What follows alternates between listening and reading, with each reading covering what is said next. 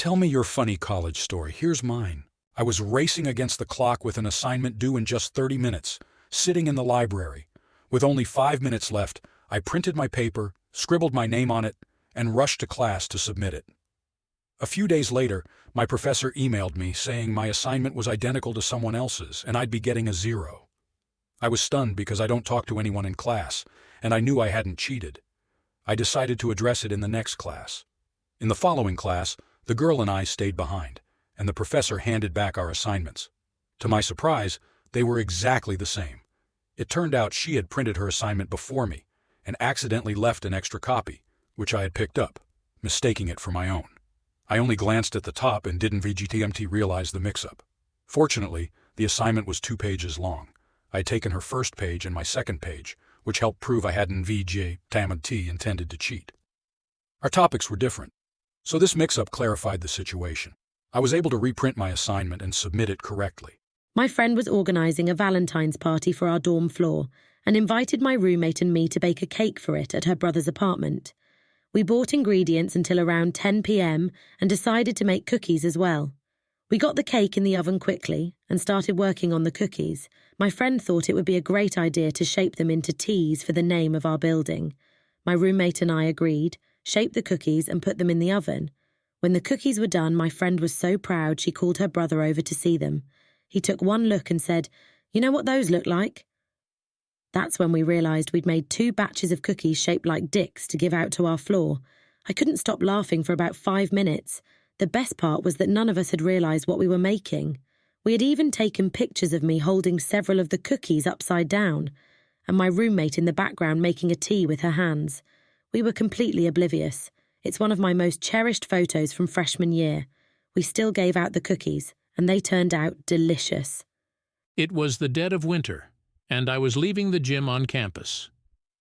Next to the gym is the only significant hill on campus, and I spotted 3 drunk girls at the top, all dressed in high heels and skirts. I watched as they decided to sit down on the sidewalk.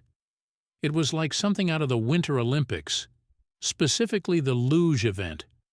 One of the girls had a skateboard, and they all piled onto it as if it were a luge. They then slowly made their way down the hill at a thrilling 5 miles per hour, digging their heels into the snow the entire time.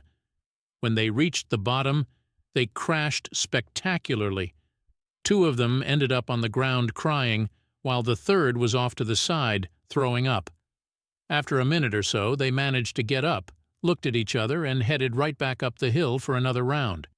Another girl leaving the gym witnessed the whole thing. We exchanged a glance to confirm we weren't hallucinating, then went on our separate ways, shaking our heads in disbelief. It was Halloween night, and after returning to my dorm room, I decided to do some late-night studying. Around 3 a.m., I went to bed but was disturbed by yelling outside my window. Since my window is near the gate of the dorms and close to some bars, noise is pretty common. Then I heard the gate open and someone shout, "I'm gonna fuck his ass up," followed by the crackle of a taser. I thought, oh shit, things are about to get intense. I heard running and some girls shouting, "No, Robbie, don't do it, Robbie!" The commotion came closer, up the stairs to my dorm, and then boom, my front door was smashed open. I jumped up and locked my room door. The taser was still buzzing, and someone was yelling, "Where is he?" Like a scene out of a movie. I was thinking, what the hell is going on? I decided to investigate. And while Robbie was nowhere to be found, there were about 5 random people in my dorm, except for one, who I recognized as part of the group my roommate hangs out with. I asked him what was happening, and he explained that Robbie was actually Rami, a friend of my roommate. I thought, okay, that makes sense. As the strangers left, I told my roommate to hurry inside. Just as I was closing the door, Rami kicked it open again. I couldn't help but laugh while my roommate tried to calm him down from behind the door, calling him a pussy and a bitch. On campus, there's a piano in our commons area, and every few days I take a break to play for about 15 minutes. One day, after finishing up, a guy approached me and said, "Hello, man, great job. I love listening to you play." I thanked him, saying, "I appreciate that, dude." Then he added, "Actually, I just broke up with my girlfriend because she wanted to leave. and I wanted to stay and listen to you play. I was caught off guard and told him that wasn't the best reason to end a relationship, but he just shrugged and walked away. I couldn't help but laugh all the way to my next class. During my first semester of freshman year, I had a class that usually met Monday, Wednesday, and Friday at 9 a.m. For some reason, the final was scheduled for 8 a.m. I had studied, felt confident, and tried to go to bed at a reasonable hour, but I couldn't really sleep. My brilliant solution? Take a sleep aid around 1 a.m. I only took one, so I wasn't expecting the chaos that followed.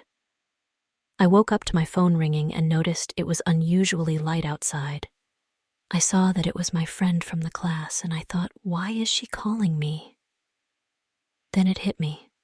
I looked at the time and realized it was 7:50 a.m. The sleep aid had knocked me out so hard that I didn't hear my alarm. I answered the phone in a panic, pulling on a bra and shoes while sprinting down the dorm hallway. Side note, my professor was very strict and had warned us she'd close the door at 8 a.m.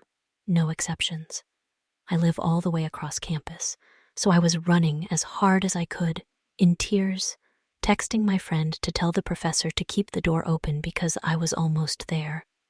I genuinely believed I would fail the class if I missed the final, which added to my panic. The clock struck 8, and I broke down, realizing I still had a solid 5 minutes to go. My friend texted me to book it because the professor was keeping the door open. I took off in a full Usain Bolt sprint and didn't stop until I reached the building where the final was held. I burst into the room, everyone staring at me like I was a zoo animal, and tried to calm my breathing as I took the exam paper from the professor. My friend later told me I looked unbelievably sweaty and was breathing like a maniac. The professor told me I was late, really? I hadn't noticed. And I took the exam. I ended up getting an A, by the way. I thanked her profusely after turning in my exam, realizing I owed her big time, and that's why it pays to go to class regularly. Put in effort throughout the semester, turn in assignments on time, and show a genuine interest in the class. They'll save your ass if you fall into a sleep aid-induced coma and nearly miss the final. I took a sleep aid at 1 a.m. the night before an 8 a.m. final, overslept, woke up 10 minutes before I needed to be there, sprinted across campus, and the professor kept the door open an extra minute or two because I was generally a good student. I have a bad habit of writing papers at the last minute. For one class, I cranked out a reflection paper on a book we were supposed to read just 15 minutes before class started, which is when it was due. Unfortunately, no late work was accepted. When it came time for another reflection paper, I planned to do the same thing. However, I remembered that the last paper I turned in last minute hadn't been graded yet. I decided to quickly check with my professor about my previous grade. If it was good, I'd go ahead and rush this one too. If not, I'd try to avoid a repeat of last time. I'd forgotten that my professor was a huge talker. I was only looking for a grade, but it quickly became clear that he was eager to give feedback as well, which he proceeded to do. On top of that, it turns out that last-minute papers are a bad idea because, as he reviewed my work, he pointed out that I shouldn't include statements like, "I am writing this reflection because I was forced to read this book." While I hadn't said exactly that, it was close enough. If I hadn't rushed, I would have edited that out. Fortunately, he was very understanding and gave me a B. I learned my lesson. Procrastinating on papers might save time initially, but it can lead to awkward situations and less than ideal grades. There was this activity for a subject I wasn't too fond of, and the fact that it was scheduled for 7:30 a.m. didn't help at all. Our professor asked us to introduce ourselves in a unique way, with just 1 minute for each person. I'm not a fan of activities like these for a few reasons. I don't like too much attention. I'm not great at introductions. I'm not particularly talented, but I can dance. When my turn came, I walked to the front, knowing this would be awkward and weird. I decided to go with a last-minute, weird but effective idea. I started dancing like the Swedish guy from the Swedish version of American Idol. I threw in some robot moves for good measure. Just search a funny Swedish Idol meme, my yahi, on YouTube for reference. As I danced, I noticed a few people in the audience giving me puzzled looks at first, but then their expressions changed to smiles and laughter. The more I danced, the more the applause grew. My classmates began cheering me on, and even the professor cracked a smile. By the end of my performance, I felt an incredible rush of confidence. My awkward introduction had turned into a memorable moment, and it felt amazing to be the center of attention for once. I received high fives and compliments afterward, and my classmates even started mimicking some of my moves. It was an unexpected hit, and I couldn't believe how something that started as a panic move ended up being such a success. In that moment, I felt like a superstar. It was one of the best feelings I've ever had. Write in comments your funny colleague story. Follow us for next episodes.